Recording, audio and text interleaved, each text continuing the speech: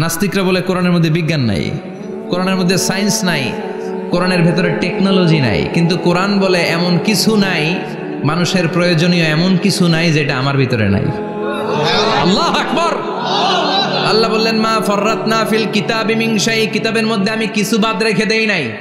ইতিহাসের কথা বলেছি, পাতালপুরীর কথা বলেছি, ঊর্ধ্ব জগতের কথা বলেছি, মহাকাশের কথা বলেছি, cosmology, astrology, geology, zoology, botany, human anatomy, embryology, সব কিছুর কথা কোরআনের মধ্যে দিয়েছে কে? কোরআনের ভেতরে মানুষের কথা আছে না নাই? কোরআনের মধ্যে গাভীর কথা আছে না নাই? গাভীর কথাও আছে। কই আছে? হ্যাঁ, সূরাতুল গাভীর সূরা। সুবহানাল্লাহ কইবেন না? মানুষের কথা আছে সূরাতুল ইনসান, জিনদের কথা আছে সূরাতুল জিন, মাকড়সার কথা আছে সূরাতুল আনকাবুত, মৌমাছির কথা আছে সূরাতুন নাহাল। মৌমাছির কথা বলেছেন, দুধের কথা বলেছেন, প্রাণীর কথা বলেছেন, খাদ্যের কথা বলেছেন, মানুষের দেহ বৈশিষ্ট্যের কথাও বলেছেন। চিৎকার করে পড়েন আল্লাহু আকবার। আল্লাহ বললেন ওয়া আওহা রাব্বুকা ইলান নাহলি আনিত্তাখিযি মিনাল জিবালি বুয়ুতাও ওয়া মিনাশ শাজারি ওয়া মিম্মা ইয়ারিশুন। সুবহানাল্লাহ পড়েন। ওয়া আওহা রাব্বুকা ইলান নাহল, আল্লাহ মৌমাছির কাছে সিক্রেট মেসেজ পাঠিয়েছেন। সুবহানাল্লাহ পড়েন। ওহীকে আরবিতে বলে সিক্রেট মেসেজ। সায়েন্টিফিক আলোচনা শুরু হইতেছে, মনোযোগ আছে না গেছে? জিমানি ধরছে? হ্যাঁ, মনোযোগ আছে না গেছে? তাকবীর দেওয়া যাবে? জোরে না আসতে? শুরুতে বিবাহিতরা দেন, এরপরে অবিবাহিতরা দেন, এরপরে সবাই মিলে দেন। বিবাহিত কারা কারা দেখি?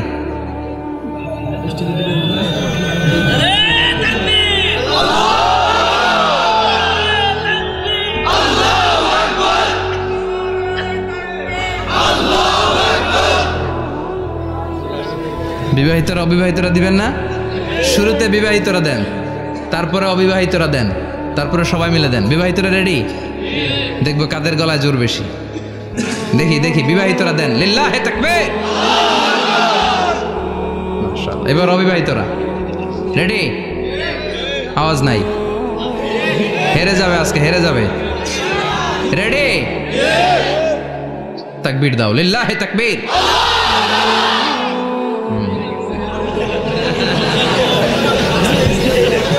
ইয়াংদের পারফরমেন্স আলাদা,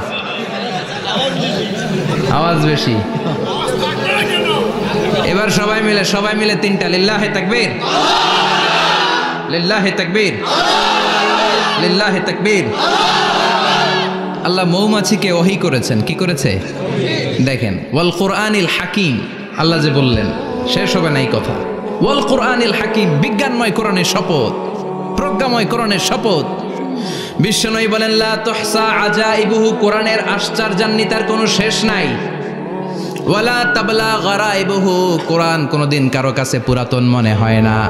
ফিহি মাসাবিহুল হুদা, কোরআনের মধ্যে আছে হেদায়েতের মশাল। ওয়া মানারুল হিকমা, কোরআন হলো বিজ্ঞানের সুউচ্চ মিনার। লা তুহসা আজাইবুহু, কোরআনের আশ্চর্যান্বিতার শেষ নাই। যতই পড়বেন আপনি আশ্চর্য হয়ে যাবেন, যতই স্টাডি করবেন, যতই অধ্যয়ন করবেন, আপনার চোখকে খুলে দিবে কে? ওয়ালা তাবলা গারাইবুহু, কোরআন কখনো পুরাতন হয় না। পুরান হয় নাকি? যার বয়স 50 বছর ধরে নামাজি মানুষ, প্রতি নামাজের প্রত্যেক রাকাতে কোন সূরা পড়া লাগে? তো 50 বছর যদি কেউ নামাজি হয়, তাহলে কত লক্ষবার উনি সূরা ফাতিহা পড়ছে উনি নিজে জানে? তারপরেও কোনোদিন কি মনে হয়েছে সূরা ফাতিহাটা একটু পুরান পুরান লাগে? আজকে কুল হল্লা দিয়ে শুরু করুন। কথা বলেন, পুরান লাগছে কোনোদিন? এত পড়ছি এটা, আজকে আর এটা না, আজকে আর একটা, এরকম মনে হয়? ওয়ালা তাবলা গারাইবুহু, পুরান লাগে না। প্রতিদিন নতুন, প্রতিনিয়তই নতুন, অলওয়েজ নিউ, সব সময় নতুন। এজন্য বিশ্বনবী বললেন লা তুহসা আজাইবুহু, কোরআনের আশ্চর্যান্বিতার শেষ নাই। ওয়ালা তাবলা গারাইবুহু, কোরআন কখনো পুরাতন হয় না। ফিহি মাসাবিহুল হুদা, কোরআনের মধ্যে আছে হেদায়েতের মশাল। ওয়া মানারুল হিকমা, কোরআন হলো বিজ্ঞানের সুউচ্চ মিনার। সুবহানাল্লাহ। আল্লাহ বললেন ওয়া আওহা রাব্বুকা ইলান নাহাল, আমি মৌমাছির কাছে মেসেজ দিলাম, সিক্রেট মেসেজ। আনিত্তাখিযি মিনাল জিবালি বুয়ুতা, তোমরা পাহাড়ের মধ্যে তোমাদের বাড়ি বানাও, মৌচাক বানাও। অমিনা সাজার, গাছের মগ ডালে, বড় বড় ডালে তোমরা বাসা বানাও।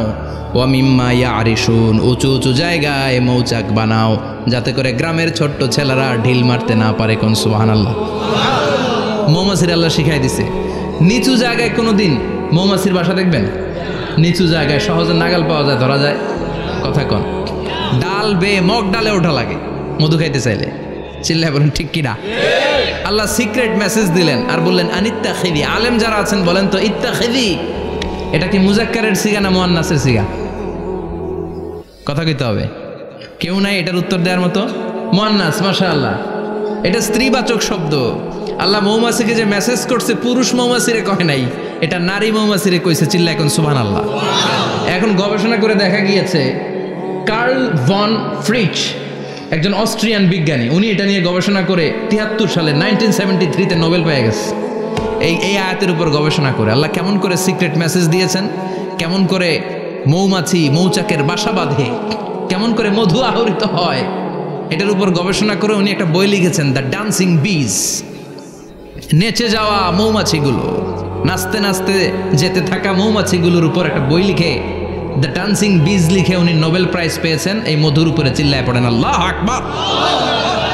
এখন কোরআনের আয়াত থেকে বোঝা গেল আনিত্তাখিযি মিনাল জিবালি বুয়ুতা, আল্লাহ নারী মৌমাছিকে বলেছেন মৌচাক বানাও, তোমাদের মধু রাখার জন্য বাসা বানাও। কার্ল ভন ফ্রিচ গবেষণা করে পেয়েছে মৌচাকের বাসা বানানো হয়, মধু আহরণ করা হয়, যেই মৌমাছিটা নেতৃত্ব দেয় এটা পুরুষ মৌমাছি নয়, এটা হলো মহিলা মৌমাছি। কোন সুবহানাল্লাহ। পুরো মৌচাকের মধ্যে মধু আহরণ, মধু নেওয়া, পুরো প্রসিডিউরটা সারার জন্য কোনো পুরুষ মৌমাছি লিডিং দেয় না, লিডিং দেয় একটা নারী মৌমাছি, স্ত্রী মৌমাছি। এজন্য ইত্তাখিয, ম্যাসকুলিন জেন্ডার ইউজ না করে আল্লাহ বলেছেন ইত্তাখিযি। নারী মৌমাছিকে আল্লাহ অ্যাড্রেস করে বলেছেন যাও মৌচাক বানাও আর এটার মধ্যে মধু আহরণ করো। চিল্লায় পড়েন আল্লাহু আকবার। আল্লাহ বললেন ইত্তাখিযি মিনাল জিবালি বুয়ুতা, পাহাড়ের মধ্যে ঘর বানাও, মিনাস সাজার, গাছের বড় ডালের মধ্যে ঘর বানাও, ওয়া মিম্মা ইয়ারিশুন, উঁচু উঁচু জায়গায় ঘর বানাও। উনি গবেষণা করে পেয়েছেন এই মধুর মধ্যে অসাধারণ কিছু ন্যাচারাল অ্যান্টিসেপটিক আছে। কি আছে? Natural antiseptic. এটার নাম হচ্ছে প্রপিলিস।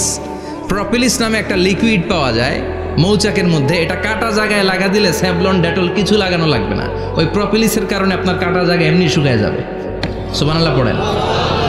দ্বিতীয় বিশ্বযুদ্ধে রাশিয়ান যত সৈনিকরা যুদ্ধে আহত হতো, ওরা আলাদা করে অ্যান্টিসেপটিক খাইতো না, ওরা মধু আইনা লাগাই দিত আর সুস্থ হয়ে যেত। সুবহানাল্লাহ পড়ে। নিউজিল্যান্ডের কিছু বিজ্ঞানীরা আবিষ্কার করেছে মৌমাছির হুলের ভিতরে রেমেটিক ফিভারের অ্যান্টিবায়োটিক আছে। অনেকের বাত জ্বর হয়, বাতের ব্যথা থাকে না, থাকে, মুরব্বীদের বেশি হয়। ওই জায়গার মধ্যে যদি আপনি মৌমাছি এনে ঢুকাই দিতে পারেন, মৌমাছির হুল লাগাই দিতে পারেন, ভালো হয়ে যাবে। মৌমাছি যখন হুল ফুটে আরাম লাগে না অনেক? খাইছেন? কামড় খাইছেন? হ্যাঁ, মজা লাগে। তো নিউজিল্যান্ডের এই গবেষকরা এরা আবিষ্কার করেছে যে মৌমাছি যদি হুল ফুটিয়ে দেয়, ওইখানে বাতের ব্যথা থাকলে, বেদনা থাকলে এটা ভালো হয়ে যাবে। আমি নিজে দেখেছি, বিবিসি একটা ডকুমেন্টারি। ইজিপশিয়ান একজন ফিজিশিয়ান, চিকিৎসক, উনি ওনার বাতের ব্যথায় আক্রান্ত যত রুগীরা আছে ওদের গায়ের মধ্যে মৌমাছি এনে এনে নিজে নিজে হুল ফুটায়। রুগী চিৎকার মারে, ও মাগো, ও আল্লাহ গো, কিন্তু একদিন পরে ব্যথা নাই, আর কয় ভালো হয়ে গেছি। সুবহানাল্লাহ কইবেন না? তো এজন্য এই কার্ল ভন ফ্রিচ 1973-তে দ্য ডান্সিং বিজ লেখে গোটা বিশ্বকে তাক লাগিয়ে দিয়েছে। তার গবেষণার প্রতিটি পয়েন্ট কোরআনের আয়াতের সাথে মিলে যায়। চিৎকার করে পড়েন আল্লাহু আকবার। এই যে আমরা মধু খাই, এই মৌচাকের ভেতরে অন এন অ্যাভারেজ অ্যারাউন্ড 60,000 মৌমাছি থাকে। 3 ভাগে, একটা হচ্ছে কুইন বি, একটা মেল বি, আর একটা হচ্ছে ওয়ার্কার বি। একটা থাকে রানী মৌমাছি, এর নেতৃত্বে সবাই চলে। আর একটা থাকে মেল বি, পুরুষ মৌমাছি, বংশ বাড়ানোর জন্য এদের কাজে লাগে। আর সব হচ্ছে ওয়ার্কার বি, সবাই কাজ করে। আল্লাহ বললেন সুম্মা কুলি মিন কুল্লি সামারাত ফাসলুকি সুবুলা রাব্বিকি যুলুলা। আল্লাহ সিক্রেট মেসেজ দিয়ে বললেন গাছের উপরে বাসাবাদ, পাহাড়ের উপরে মৌচাকের বাসাবাদ, উঁচু উঁচু জায়গায় তোমরা তোমাদের বাসা বাঁধো। সুম্মা কুলি মিন কুল্লি সামারাত, এরপর এলাকার যত মিষ্টি মিষ্টি ফুল আছে ফল আছে ওখান থেকে রস নিয়ে আসো। সুবহানাল্লাহ। পুষ্প রস সংগ্রহ করে মধুগুলো, এটার বলে sweet nectar. They collect the sweet nectar from the flowers. এবং মধুর মধ্যে এত চমৎকার জিনিস থাকার কারণ হচ্ছে মৌমাছিগুলো ওই এলাকার সব ধরনের ফুল, ভালো ভালো সুগন্ধযুক্ত ফুল ফল থেকে রস নিয়ে আসে। তো ওই গাছগুলোর মধ্যে বনাজি গাছ আছে না নাই, ঔষধি গাছ আছে না নাই, এজন্য মধুরে বলা হয় সব রোগের ঔষধ। যত বনাজি ঔষধি গাছের নির্যাস আর পুষ্প রস আছে সব আল্লাহ মধুর ভিতরে ঢুকায়া মধুকে আল্লাহ ন্যাচারাল ভ্যাকসিন বানিয়ে দিয়েছেন। চিল্লায়ে পড়েন আল্লাহু আকবার। আল্লাহ বললেন সুম্মা কুলি মিন কুল্লি সামারাত, সব ফল আর ফুল থেকেই নেকটার পুষ্পরস নিয়ে আসো। ফাসলুকি সুবুলা রাব্বিকি যুলুলা, যেমন যেমন গিয়েছিলা পথ চিনায় আবার ফিরে আসো। ইয়াখরুজু মিন বুতুনিহা শারাব, এরপর তাদের পেট থেকে বের হয় শারাব। মুখতালিফুন আলওয়ানু, এক একটা মধুর কালার হয়ে যায় এক এক রকম। কোন সুবহানাল্লাহ। সরষে ফুলের মধু একটু সাদা সাদা হয় না? আমি হচ্ছি মধু খাওয়ার পোক। আমি দেশে বিদেশে যেখানে গিয়েছি ফ্রেশ হানি আমি অনেক খুঁজেছি। ইয়ামানি একটা মধু পাওয়া যায় ইয়ামানের সাওয়াহিলি এলাকায়, পাহাড়ি এলাকায়, একেবারে কুচকুচে কালো। আবার অনেক মধু আছে কিছুটা খয়েরি এবং হলুদ বর্ণের, কিন্তু সরষে ফুলের যে মধুটা এটা অনেকটা সাদা।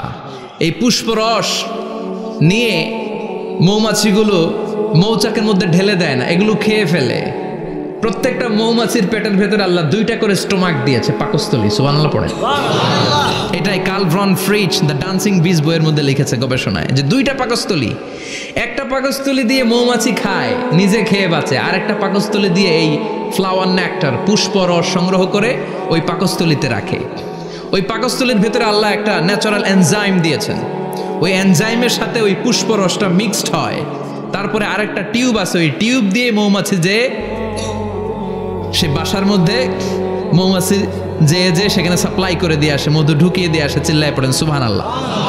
তার মানে বিষয়টা এমন না ফুলের রস নিয়ে মৌচাকের দিয়ে আসলো, ফুলের রস সে নেয়, তার স্পেশাল একটা স্টোমাকের মধ্যে ঢুকায়, সেখানে এনজাইম দিয়ে পাচক রস দিয়ে আল্লাহ এটাকে সমৃদ্ধ করে দেয়। তারপর আলাদা একটা নল দিয়ে টিউব দিয়ে মৌচাকের ভেতরে ঢুকিয়ে দেয়। কোন সুবহানাল্লাহ। কি অসাধারণ পদ্ধতিতে আল্লাহ মধু বানালেন। আর কি সুন্দর মধু হাতের মধ্যে লয়া জিব্বা দিয়া চাটে আর গান গায়, মধু হই হই বিষা বাইলা।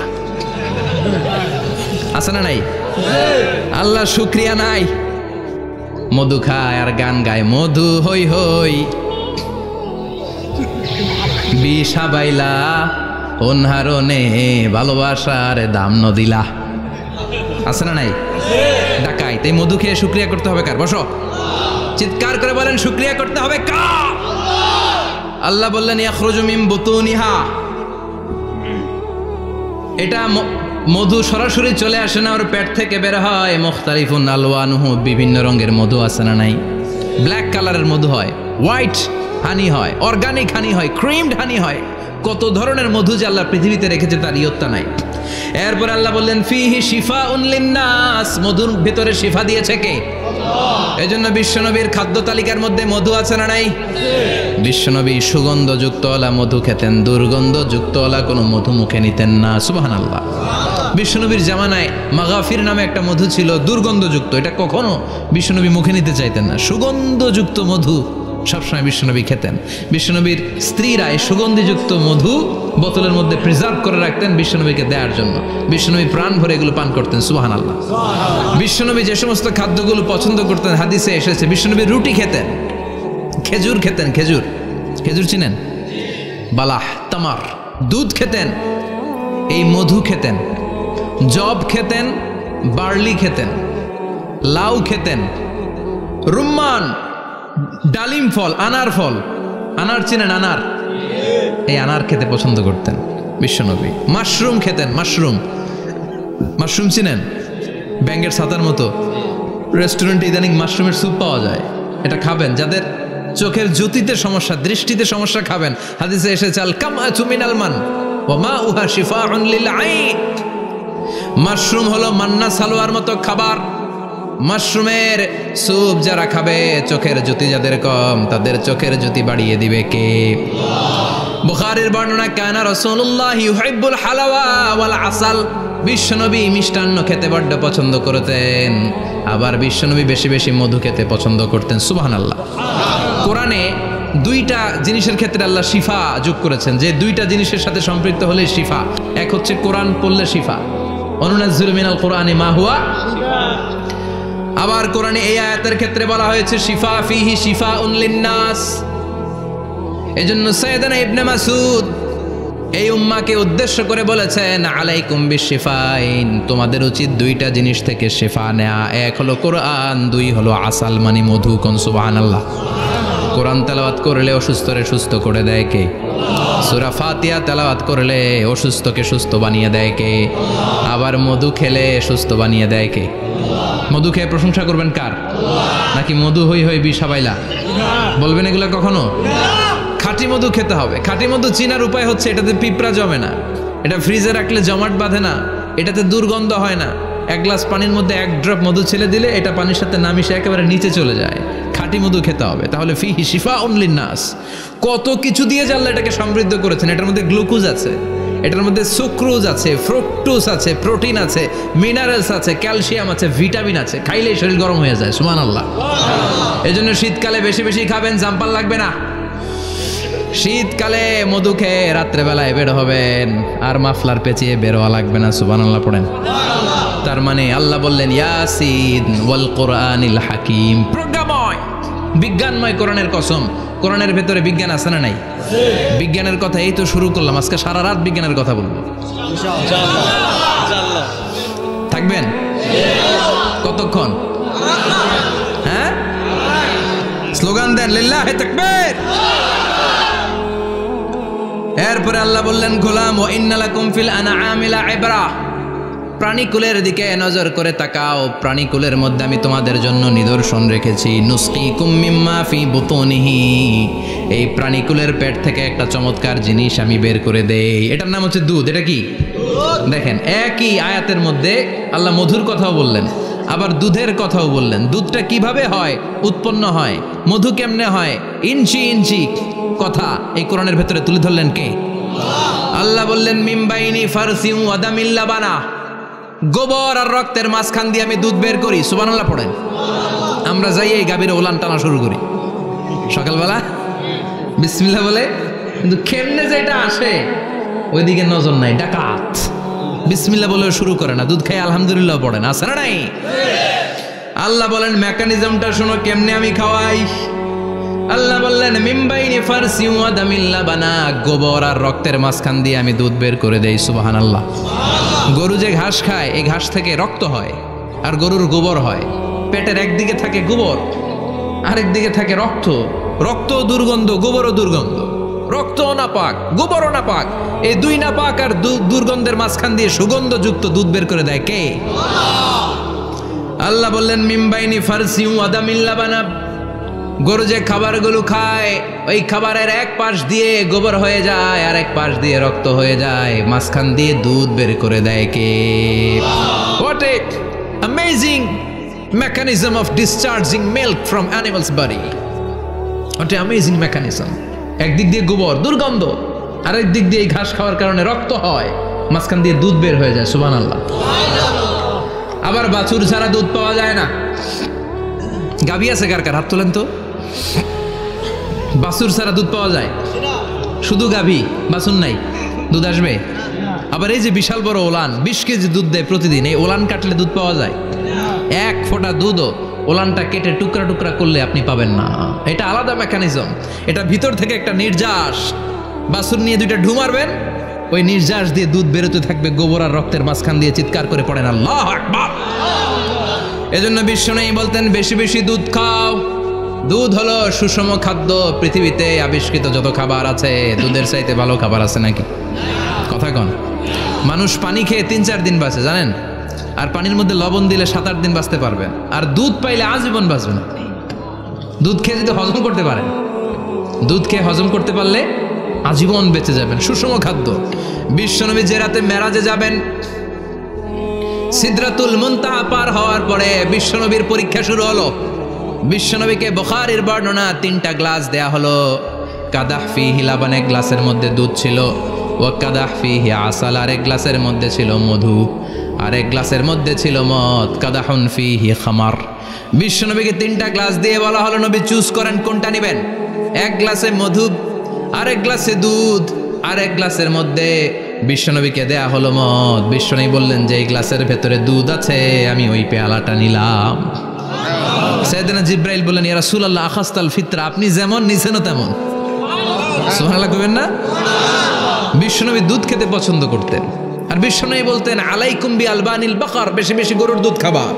ফাইন্নাহা তুরাম্মু মিনাল আশজার, কেননা এটা সবুজ লতা পাতা ঘাস পাতার নির্যাস। গরু কি খায়?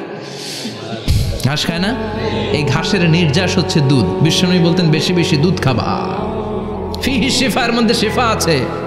ফি লাবানিহা শিফা ওয়া লুহুমিহা দা, গরুর দুধে আছে শিফা, গরুর গোশতের মধ্যে আছে রোগ। সুবহানাল্লাহ। কত বড় ফিলোসোফার বিশ্বনবী। বিশ্বনবী বলে গিয়েছেন গরুর দুধ বেশি খাও কিন্তু গোশত বেশি খাইও না। আর আমরা গরুর গোশত পাইলে কোপায় ফেলাই।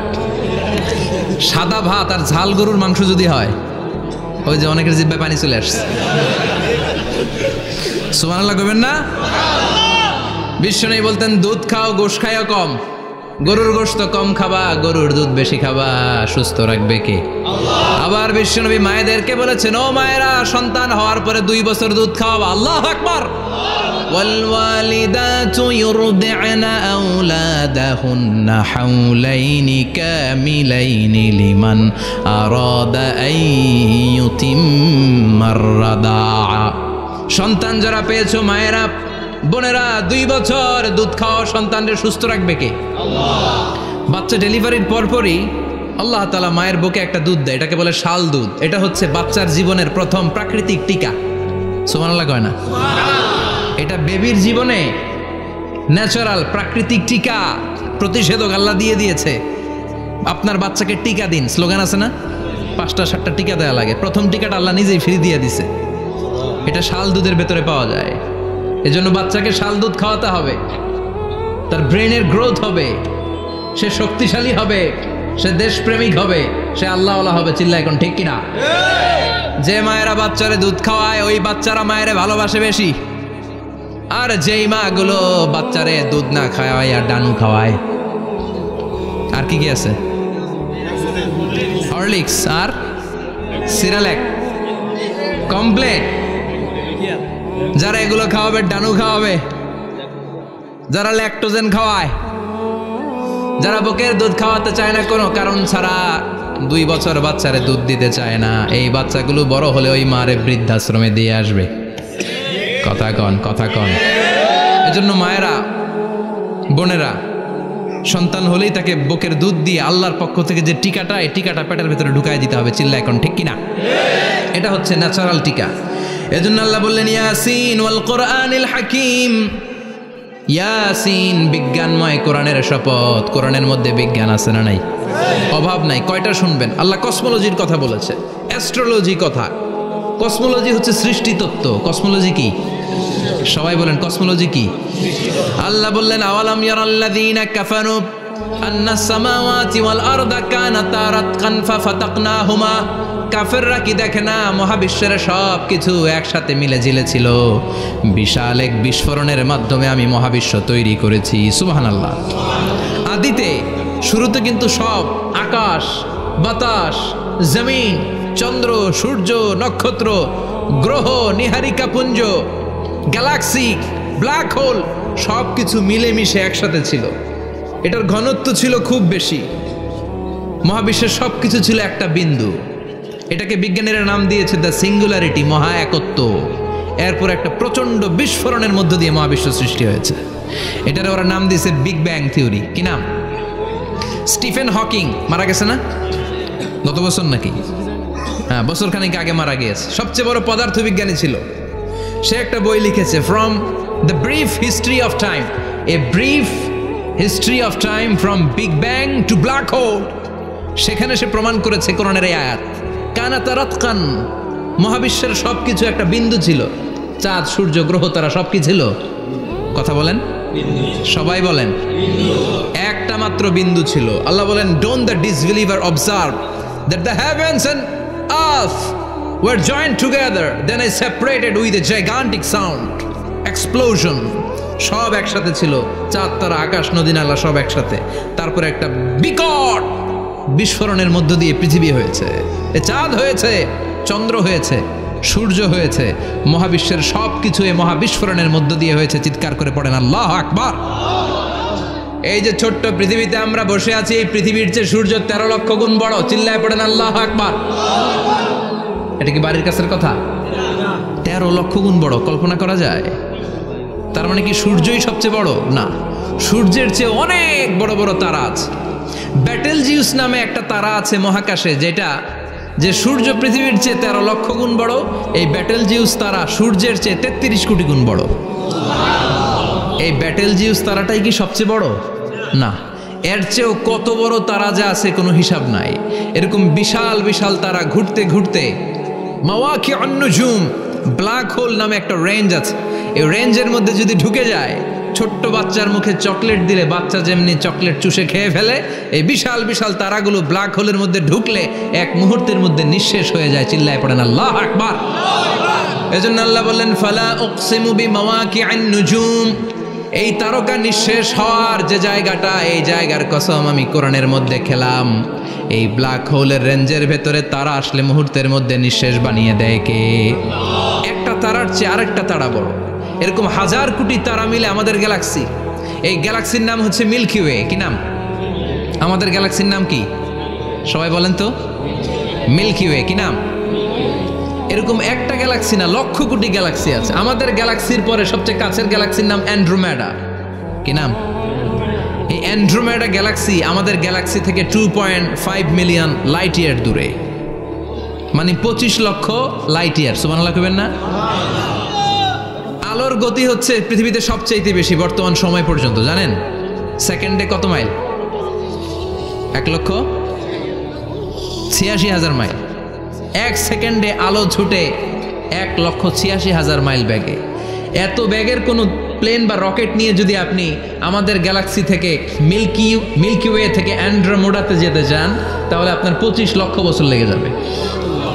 সুবহানাল্লাহ বাড়িতে যায় বললেন। এরপর আল্লাহ বললেন ওয়াস সামাআ বানাইনাহা বিআইদিন ওয়া ইন্না লামুসিউন, আকাশ আমি বানালাম, গ্যালাক্সি আমি বানালাম, বানানোর পর থেকে সবগুলোর আমি প্রশস্ত করতে শুরু করে দিলাম। সব ছিল ক্ষুদ্র, একটা বিন্দুর মধ্যে আমি বিস্ফোরণ করলাম একটা আওয়াজ দিয়ে। আওয়াজটা ছিল কুন। আওয়াজটা ছিল কি? জোরে কন, আবার কন।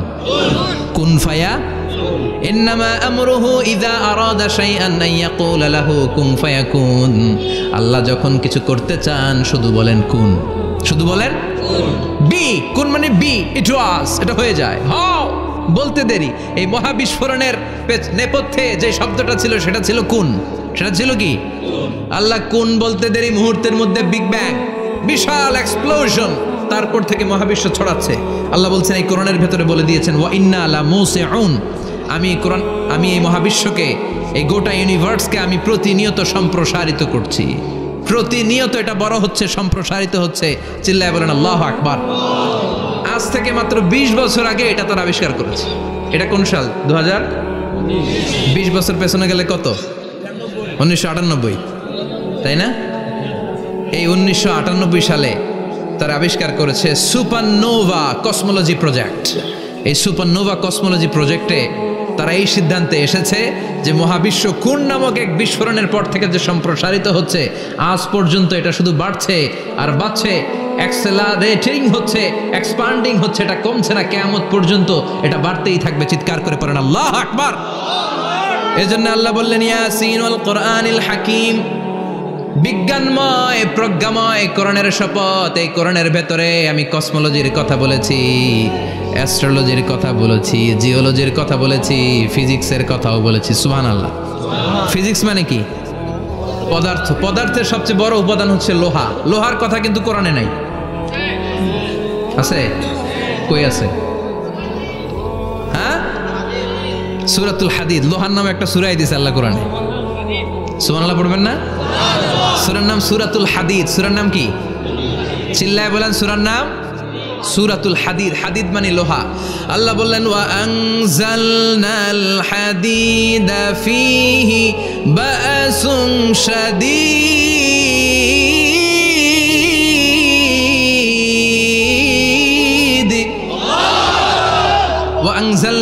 হাদিদ ফিহি বাসুন শাদীদ, আমি লোহা নাজিল করলাম আর লোহার ভেতরে আমি ভয়ঙ্কর শক্তি ঢুকাইয়া দিলাম। সুবহানাল্লাহ। ফিহি মানাফিউ লিন-নাস, লোহার ভেতরে মানুষের জন্য অনেক কল্যাণ আছে। সুবহানাল্লাহ। লোহা ছাড়া পৃথিবীতে কিছু হয়? আংটি বানাতে লোহার দরকার আছে না নাই? ঘড়ি বানাতে, গাড়ি বানাতে, বাড়ি বানাতে, মোবাইল বানাতে, হেলিকপ্টার, প্লেন, রকেট, মাইকের স্ট্যান্ড। সুবহানাল্লাহ। এমন কোন জিনিস নাই যেটার মধ্যে লোহা লাগে না। এজন্য আল্লাহ বললেন এই লোহার নামে আমি একটা সূরা ডেডিকেট করলাম, ওয়া আনজালনাল হাদিদ ফিহি বাসুন শাদীদ। আমি লোহাকে নাজিল করেছি। আল্লাহ বলেছেন, খেয়াল করে শব্দটা শুনেন, ওয়া আনজালনাল হাদিদ, আমি লোহাকে উপর থেকে নাজিল করেছি। কি করেছি? কথা বলেন। তার মানে লোহা পৃথিবীতে ছিল না, নাজিল করছে কে? লোহা পৃথিবীতে ছিল? পৃথিবীতে ছিল? পৃথিবীতে থাকলে নাজিল করবেন কেন? এই যে কোরআনটা পৃথিবীতে আগে ছিল, নাজিল করছে কে? কোন ফেরেশতাকে দিয়ে? সাইয়েদনা জিবরাইল। কোন নবীর উপর? বিশ্বনবী মুহাম্মদুর রাসূলুল্লাহ। আল্লাহু আকবার। তার মানে ওহি পৃথিবীতে ছিল না, আল্লাহ উপর থেকে নাজিল করেছেন। নুজুল মানে উপর থেকে নিচের দিকে আসা। এই নুজুল শব্দ ব্যবহার করে আল্লাহ বললেন, ওয়া আনজালনাল হাদিদ, লোহাকে আমি নাজিল করেছি। তার মানে লোহা পৃথিবীর উপাদান নয়, লোহা এসেছে উপর থেকে। কোন সুবহানাল্লাহ। বিজ্ঞানীরা, পদার্থবিদ যারা গবেষণা করে এটাই পেয়েছেন, লোহা আসলে পৃথিবীর না। লোহা পৃথিবীতে উৎপাদন করা হয় নাই। লোহার যে মলিকিউল, অণু আছে, লোহার একটা অণু তৈরি করার মতো ক্ষমতা পৃথিবীর নাই। ইভেন এই সৌরজগতের কোনো কিছুর নাই। সূর্যের তাপেও লোহা তৈরি হতে পারে। লোহার ছোট্ট একটা অণু তৈরি করতে কমপক্ষে 1 কোটি ডিগ্রি সেলসিয়াস তাপের প্রয়োজন হয়। তার মানে এটা পৃথিবীর কোনো উপাদান নয়, এটা আনজালনাল হাদিদ। আল্লাহ বলেন, মহাবিস্ফোরণের কারণে গলিত অন্য কোনো তারার ভেতর থেকে লোহার উপাদান আমি পৃথিবীর ভিতরে এনে ঢুকিয়ে দিয়েছি। তার মানে পদার্থের কথা কোরআনে আছে না নাই? সুবহানাল্লাহ কইবেন না? এরপরে বায়োলজির কথা আছে না নাই? বায়োলজিক্যাল অ্যাসপেক্ট অফ মাউন্টেন্স, কেমন করে পাহাড়ি রেঞ্জ তৈরি হলো, আছে না নাই? ওয়াজআলনাল জিবালা আওতাদা, পাহাড়কে আমি পেরেক মেরে দিয়েছি। ওমিয়া কাঠের ভেতরে যখন পেরেক মারেন, পেরেকের বেশিরভাগ অংশ কাঠের ভেতরে ঢুকে যায়, উপরে দেখা যায় সামান্য, ঠিক কিনা? তো লোহা যদি আল্লাহ পেরেক মারেন, উপরে যা দেখা যায় এটা সামান্য, আসল পাহাড় তো মাটির নিচে। সুবহানাল্লাহ কইবেন না? আসল পাহাড় কোথায়? পেরেক যদি কাঠের মধ্যে ঢুকিয়ে দেন, পুরো পেরেকটা কাঠে ঢুকে যায় না? উপরে দেখা যায় কদ্দুর? সামান্য। পাহাড়ের যা আপনি দেখেন এটা তো পেরেকের মাথা। পুরো পাহাড়টা আল্লাহ জামিনের ভেতরে গেড়ে দিয়েছেন। চিল্লায় পড়েন আল্লাহু আকবার। আবার আল্লাহ বললেন, অমিনাল জিবালি জুদাদুম বিদু ওয়া হুমরুম মুখতালিফুন আলওয়ানু। আছে না নাই? ওয়া গারাবিবু সুদ। আল্লাহ বলেন, নানা রঙের পাহাড় পর্বত মহাবিশ্বে আমি তৈরি করেছি। কোন পাহাড় হচ্ছে রক্তিম বর্ণের, কোন পাহাড়কে বানিয়েছি আমি কৃষ্ণ বর্ণের, কোন পাহাড়কে বানিয়েছি আমি শুভ্র বর্ণের, কোন পাহাড়ের রং কালো, কোনটা সাদা, কোনটা নীল। আছে না নাই? মহাবিশ্ব যখন তৈরি হয়েছে, পৃথিবীর মধ্যে 7টা টেকটনিক প্লেট তৈরি হয়েছে। 7 tectonic plates create the mountain range on earth. পৃথিবীতে এই পাহাড় তৈরির কারণ হচ্ছে 7টা প্লেট। এগুলোর 7 টেকটনিক প্লেট বলে। এই প্লেটগুলোর কারণে পৃথিবীতে এই রং বেরঙের পাহাড় তৈরি হয়েছে। কত রঙের যে পাহাড় আছে। আরব বিশ্বে পাথরের পাহাড়, বাংলাদেশে মাটির পাহাড়, ব্রুনাই, সিঙ্গাপুর, ইন্দোনেশিয়াতে যদি যান আরেক ধরনের পাহাড়। চায়নার একটা শহর আছে গানজু সিটি, কি নাম? এই গানজু সিটিতে একটা পাহাড় আছে রেইনবো মাউন্টেন। ওখানে 7 রঙের পাহাড় পাওয়া যায় এক জায়গায়। সুবহানাল্লাহ কইবেন না? রেইনবো মানে কি? রংধনু। রংধনুর কয় রং? কথা কন। ছোটবেলা আমরা মুখস্থ রাখতাম, বেনিয়া সহকলা, বেতে বেগুনি, নিতে নীল, হাতে আসমানি, শতে সাদা, হতে হলুদ, কতে কালো, লাতে লাল। সুবহানাল্লাহ নাই? মনে রাখার কি অসাধারণ পদ্ধতি। তো এই রেইনবো মাউন্টেন, রংধনুর 7 রঙের পাহাড় এক জায়গায় পাওয়া যায়। এখানে সাদা পাহাড়, এখানে সবুজ পাহাড়, এখানে নীল পাহাড়, ওখানে লাল পাহাড়, এখানে কালো পাহাড়। এই চায়নার গানজু সিটিতে আল্লাহ তাআলা 7 রঙের পাহাড় এক জায়গায় রেখেছেন। চিৎকার করে বলেন আল্লাহু আকবার। তার মানে বায়োলজির কথাও কোরআনের ভেতরে আছে না নাই? এরপর আল্লাহ বললেন, কেমন করে আকাশ থেকে আমি পানি নাজিল করে, এটাও কোরআনে আছে না নাই? আমরা ছোটবেলা পড়েছি ওয়াটার সাইকেল, হাইড্রোলজিক্যাল সাইকেল। কেমন করে সূর্যের তীব্র তাপ সাগর থেকে পানিকে জলীয় বাষ্প করে উপসে নেয়, উপরে নিয়ে সেটাকে পুঞ্জীভূত করে দেয়, ঘনীভূত করে দেয়, মেঘ হয়ে যায়, সেখান থেকে ঝিরিঝিরি ঝিরিঝিরি বৃষ্টি পড়ে, আছে না নাই? আর ওই বৃষ্টির গান আমরা গাই, এই বৃষ্টি ভেজা রাতে তুমি চলে যেও না। ওই বৃষ্টি পেয়ে আল্লাহর কাছে দোয়া করে না। বিশ্বনবী বলেন, রহমতের বৃষ্টির নিচে দাঁড়িয়ে কেউ যদি হাত তুলে দোয়া করে, ওই দোয়া কবুল করে কে? আল্লাহ। আবার আকাশের মধ্যে মেঘের ঘনঘটা দেখলে বিশ্বনবী পেরেশান হয়ে যেতেন, হয়রান হয়ে যেতেন, আর আল্লাহর কাছে বলতেন, আল্লাহ এই মেঘ দিয়ে তুমি আমাদেরকে আযাব দিও না, তুমি আমাদেরকে গজব দিও না, তুমি আমাদেরকে শেষ করে দিও না, এই মেঘ থেকে তুমি আমাদেরকে রহমতের বৃষ্টি দাও। পড়ে না আমিন। বৃষ্টি দেখলে বিষ্ণু বলতেন, আল্লাহুম্মা সাইয়িবান নাফিআ ইয়া গাউসু আগিসনা গাউসান মুগীসান মারিআন মারিআন নাফিআন গায়রা দার আজিলান গায়রা আজিল। হে আল্লাহ, এই বৃষ্টি থেকে তুমি ঠান্ডা রহমতের পানি দাও। কি দাও? আল্লাহ মেঘে দে পানি দে, ছায়া দে রে তুহু, আল্লাহ মেঘে দে। পড়েন পড়েন, আল্লাহ মেঘে দে পানি দে, ছায়া দে রে তুহু, আল্লাহ মেঘে দে। এই ওয়াটার সাইকেলের কথা আল্লাহ বলেছেন। আলম তারা আন্নাল্লাহ ইউসজি সাহাবান। কাফের নাস্তিক যেগুলো সমাজের আবর্জনা খড়কুটা, ওরা কি দেখে না কেমন করে আমি বাতাসকে জলীয় বাষ্প করে আকাশে তুলি, বায়ুমণ্ডলে নিয়ে যাই, সুম্মা ইউআল্লিফু বাইনাহুম, জলীয় বাষ্পগুলারে তখন আমি ঘনীভূত করি, সুম্মা ইয়াজআলুহু রুকামান, এরপরে আমি মেঘে পরিণত করি, ফাতারাল ওয়াদকা ইয়াখরুজু মিন খিলালিহি, তারপর মেঘের ভেতরে থেকে ঝিরিঝিরি ঝিরিঝিরি বৃষ্টি নাজিল করে কে? আবার আল্লাহ বললেন, পানি থেকে আমি পৃথিবীর সব প্রাণগুলারে বানালাম, ওয়াজআলনা মিনাল মাই কুল্লা শাইইন হাইয়া ফালা ইয়াকিলুন, পানির ভেতরে থেকে সব প্রাণের উৎপত্তি পৃথিবীর মধ্যে ঘটিয়ে দিয়েছে কে? বিজ্ঞানীরা স্বীকার করেছে, পৃথিবীতে যত প্রাণ পাওয়া যায়, যত প্রাণের ব্লুপ্রিন্ট পাওয়া যায়, সব এসেছে পানি থেকে। চিৎকার করে বলেন, কোত্থেকে? পানি নাই তো প্রাণ নাই, পানিও আছে প্রাণও আছে। কোন সুবহানাল্লাহ। বিজ্ঞানীদের ধারণা, তারা ধারণা করে বলেছে পৃথিবীর প্রথম প্রাণের নাম হচ্ছে অ্যামিবা। কি নাম? ওরা বলেছে এটা এককোষী জীব, it's a very small unicellular organism found ever in the world. পৃথিবীতে পাওয়া প্রথম এককোষী প্রাণীর নাম হচ্ছে অ্যামিবা। এটা এসেছে শৈবালের মতো, এরপরে জুপ্লাংটন, ফাইটোপ্লাংটন, ব্যাকটেরিও প্লাংটন, একটার পর একটা স্পিসিজ প্রজাতি পৃথিবীতে ডেভেলপ করেছে। কোন সুবহানাল্লাহ। এই পানির কথা কোরআনের ভেতরে বলে দিল কে? এই জন্য আল্লাহ বললেন, ওয়াল কোরআনিল হাকিম, বিজ্ঞানময় কোরআনের শপথ। এই কোরআনটা বিজ্ঞানের ঠাসা, এই কোরআন আশ্চর্যের শেষ নাই, এই কোরআন কোনোদিন পুরাতন হয় না। এই কোরআনের ভেতরে আল্লাহ দিয়েছেন হেদায়েতের মশাল, আর কোরআনটাকে বানিয়েছেন বিজ্ঞানের সুউচ্চ মিনার। জোরে কোন সুবহানাল্লাহ। তার মানে কোরআনে আমরা কি পেলাম? দুধের কথা পেলাম, মধুর কথা পেলাম, কিভাবে ডায়েট করবেন সেটা আমরা পেলাম, আমরা কসমোলজি পেলাম, অ্যাস্ট্রোলজি পেলাম, বায়োলজি পেলাম, ফিজিক্স পেলাম, ওয়াটার সাইকেল পেলাম। এবার পাতালপুরীর কথার দরকার আছে না নাই? পৃথিবীর একেবারে গভীরতম গভীরে কি আছে? এটা কিন্তু কোরআনে নাই, আছে। পৃথিবীর মাঝখানে যে উত্তপ্ত লাভা আর আগুন, এটা আপনারা জানেন? পৃথিবীর উপর দিয়ে আমরা ঠান্ডা পৃথিবীতে ঘুরে বেড়াই, কিন্তু এর ভিতরে কিন্তু আগুন, লাভা। আল্লাহ কোরআনের মধ্যে ফুটন্ত টকবগে সাগরের কসম খেয়েছেন। আল্লাহ বলেছেন, ওয়াল বাহরিল মাসজুর,